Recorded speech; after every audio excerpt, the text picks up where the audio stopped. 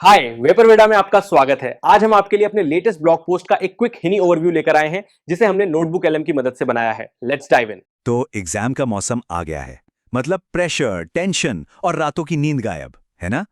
पर सोचिए, अगर इस प्रेशर को हैंडल करने और स्मार्ट तरीके से पढ़ने का कोई सॉलिड तरीका मिल जाए तो? आज हम इसी पर बात करेंगे। कुछ ऐसे तरीकों पर जिनसे सिर्फ पास नहीं बल्कि टॉप किया जा सकता है। सीधे मुद्दे पर आते हैं। ये कोई छोटी बात नहीं है, एक आंकड़ा है और वो चौंकाने वाला है। भारत में लगभग 70% स्टूडेंट्स एग्जाम के टाइम पर सीरियस एंग्जाइटी से गुजरते हैं। जी हाँ, 70%। मतलब अगर किसी को भी ऐसा लगता है तो वो अकेला नहीं है। ये एक बहुत बहुत ही कॉमन प्रॉब्लम है। ये बात सुनी सुनी लग रही है ना? जेईई, नीट, आर्ट जैसे ऑनलाइन फोरम पर एक स्टूडेंट ने ये लिखा था कि सब कुछ पढ़ा होता है, तैयारी पूरी होती है और एग्जाम में बैठते ही दिमाग एकदम ब्लैंक, सब साफ। इससे एक बात तो साफ है, प्रॉब्लम तैयारी में नहीं बल्कि उस प्रेशर को, उस स्ट्रेस को हैंडल करने में है। तो इस स्ट्रेस को हराने के लिए सबसे पहले इसे समझना होगा, है ना? चलिए थोड़ा साइंस में गोता लगाते हैं और देखते हैं कि जब हम टेंशन में होते हैं तो हमारे दिमाग और शरीर के अंदर आखिर चल क्या रहा होता है। तो इस पूरी कहानी का जो विलेन है ना, उसका नाम है कॉर्टिसोल। ये हमारे शरीर का मेन स्ट्रेस हार्मोन है। जब भी हम स्ट्रेस में होते हैं इसका लेवल बढ़ने लगता है और यही वो हार्मोन है जो एग्जाम के बीच में हमारी मेमोरी और लॉजिकल थिंकिंग के साथ गड़बड़ करता है। और जब ये कॉर्टिसोल का लेवल बढ़ता है तो असर सिर्फ घबराहट तक नहीं रहता, ये सीधे सीधे परफॉर्मेंस को गिराता है। जैसे पढ़ी हुई चीजें याद करने में दिक्कत, नींद का उड़ जाना, सिर दर्द, थकान और वो एक मेंटल फॉग वाली फीलिंग जब दिमाग धुंधला धुंधला सा लगता है। ये सब इसी का किया धरा है। तो ठीक है, प्रॉब्लम तो समझ आ गई।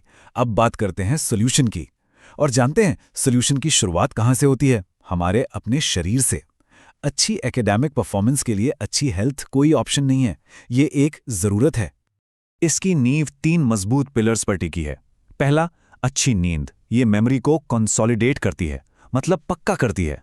दूसरा, सही न्यूट्रिशन, दिमाग को ताकत देने के लिए। और तीसरा, रेगुलर एक्सरसाइज। आपको जानकर शायद हैरानी हो कि बीएचयू और एएमयू जैसी जगहों पर भी स्टूडेंट्स सुबह की वॉक या योग का सहारा लेते हैं। क्यों? क्योंकि सिर्फ 20 मिनट की वॉक भी उस स्ट्रेस हार्मोन कॉर्टिसोल को काफी हद तक नीचे ला सकती है। चलो, शरीर की बात हो गई, अब आते हैं असली गेम पर, पढ़ाई की स्ट्रेटेजी। इसे नेक्स्ट लेवल पर ले जाने का टाइम है। अब बात सिर्फ हेल्दी रहने की नहीं है बल्कि एक एफिशिएंट और इफेक्टिव लर्नर बनने की है। यहां एक बहुत बड़ा फर्क समझना जरूरी है। ज्यादातर स्टूडेंट्स क्या करते हैं? पैसिव लर्निंग, मतलब बस पन्ने पलटते रहते हैं, नोट्स को बार बार पढ़ते रहते हैं। इससे ना एक धोखा होता है कि हमें सब आता है, पर असल में कुछ याद नहीं रहता। दूसरी तरफ है एक्टिव लर्निंग। ये जानकारी को दिमाग में गहराई तक पहुंचाता है और यकीन मानिए, यही सक्सेस और फ्रस्ट्रेशन के बीच का असली फासला है। तो सवाल है, ये एक्टिव लर्निंग करें कैसे? तो ये रहे टॉपर्स के 3 सबसे पावरफुल टूल्स। पहला, फाइनमैन टेक्निक, मतलब किसी भी कॉन्सेप्ट को इतने आसान तरीके से समझाओ जैसे किसी छोटे बच्चे को बता रहे हो। दूसरा, स्पेस्ड रेपिटेशन, यानी बढ़ते हुए गैप पर चीजों को रिवाइज करना। और तीसरा, एक्टिव रिकॉल, मतलब किताब बंद करके खुद से सवाल पूछना। ये टेक्निक्स मेमोरी को सच में सुपर स्ट्रांग बना देती हैं। अब एक ऐसी चीज के बारे में बात करते हैं जो थोड़ी अलग है, एक मॉडर्न और साइंटिफिक टूल जो फोकस और स्ट्रेस मैनेजमेंट में एक यूनिक एज दे सकता है। सुनने में शायद थोड़ा अजीब लगे, लेकिन इसके पीछे की साइंस एकदम सॉलिड है।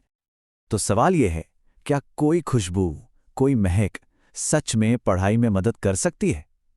सुनने में अजीब है ना, क्योंकि हम खुशबू को पढ़ाई से कहाँ जोड़ते हैं? पर इसका जवाब साइंस के पास है। इसका एक सिंपल सा साइंटिफिक लॉजिक है। देखिए, जब हम कुछ भी सूंघते हैं ना, तो वो सिग्नल सीधा हमारे ब्रेन के उस सेंटर में जाता है जो इमोशन, मेमोरी और लर्निंग को कंट्रोल करता है। इसीलिए तो कुछ खास खुशबू हमें एकदम से शांत या फिर ज्यादा अलर्ट महसूस करा सकती हैं। एग्जाम्पल के लिए, कई हर्बल इनहेलर्स में जो चीजें इस्तेमाल होती हैं उन्हें देखते हैं। हर एक का अपना एक खास काम है। मेंथॉल है दिमागी थकान से लड़ने के लिए, कपूर है मेंटल फॉग को हटाकर फोकस बढ़ाने के लिए, नीलगिरी का तेल है स्ट्रेस से जुड़े टेंशन को कम करने के लिए, और बोनियल है एंग्जाइटी को शांत करने के लिए। तो ये सिर्फ एक अच्छी खुशबू नहीं है, ये दिमाग के लिए एक पूरा सपोर्ट सिस्टम है। तो इसे प्रैक्टिकली यूज कैसे किया जाता है? कई स्टूडेंट्स क्या करते हैं, पढ़ाई शुरू करने से 15-20 मिनट पहले ऐसे अरोमा थेरेपी टूल्स का इस्तेमाल करते हैं। ये बिल्कुल वैसा ही है जैसे आप दिमाग को एक सिग्नल दे रहे हैं कि चलो भाई, अब फोकस करने का टाइम है। अपनी डेली रूटीन में इसे शामिल करना बहुत आसान और असरदार हो सकता है।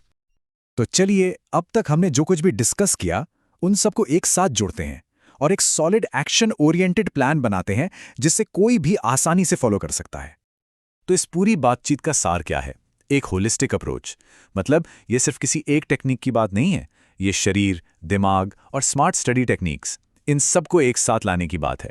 शॉर्ट टर्म फिक्स नहीं, बल्कि ऐसी आदतें बनाना जो लंबे समय तक साथ दें, एक सस्टेनेबल सिस्टम बनाना। और हाँ, इसे शुरू करना बिल्कुल भी मुश्किल नहीं है। ये रहे 5 सिंपल स्टेप्स। सबसे पहले अपनी अभी की आदतों को देखें और स्ट्रेस लेवल को समझें। फिर कोई भी 2 या 3 नई स्ट्रैटेजीज चुनें जिन्हें आप अपनाना चाहते हैं। उन्हें धीरे धीरे अपनी डेली रूटीन में शामिल करें। फिर देखें कि क्या काम कर रहा है और क्या नहीं, और जैसे जैसे ये आदतें नेचुरल होती जाएं, उन्हें और बेहतर बनाते जाएं। तो आखिर में सोचने वाली बात सिर्फ एक है, इन सभी तरीकों में से वो कौन सा एक छोटा सा बदलाव है जिसे आज से ही अपनी सफलता की राह बनाने के लिए अपनाया जा सकता है?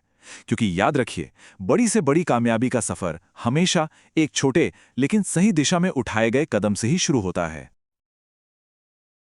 Enjoyed this?